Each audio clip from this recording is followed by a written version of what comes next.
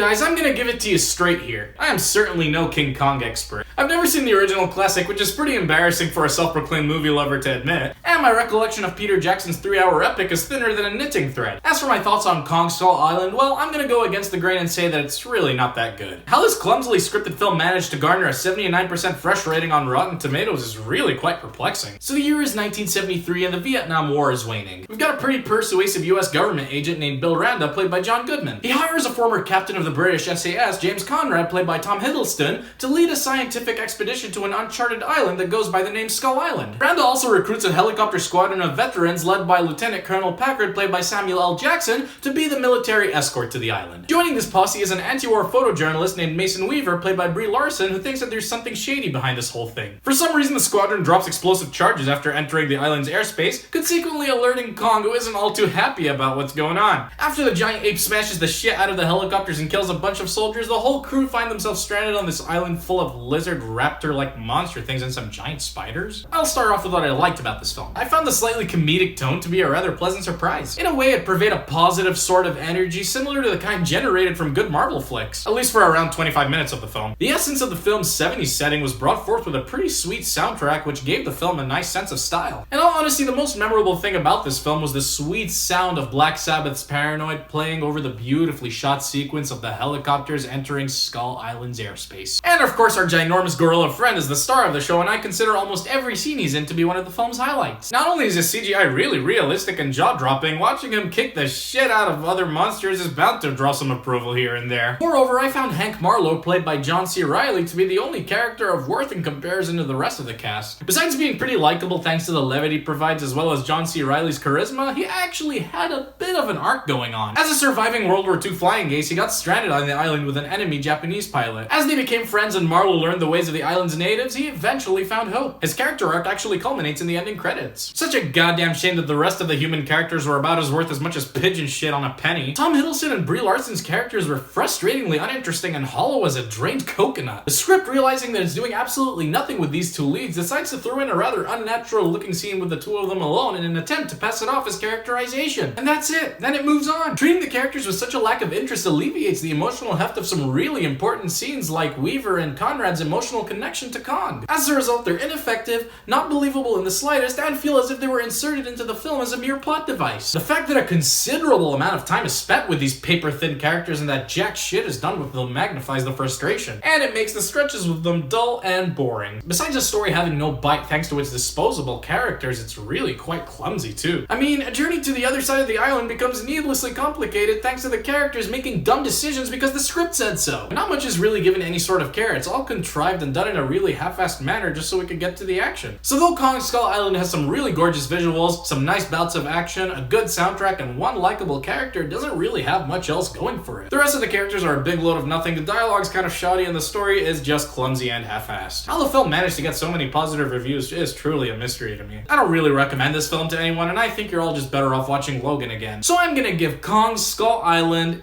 a 5. I wanted to like this film, I truly did, but the script desperately needed some rewrites. So these are my thoughts on Kong Skull Island. What did you think of the film? Let me know in the comment section below. And if you like what I do, give me a like, hit that big subscribe button, stay tuned, and I will see you on the next one.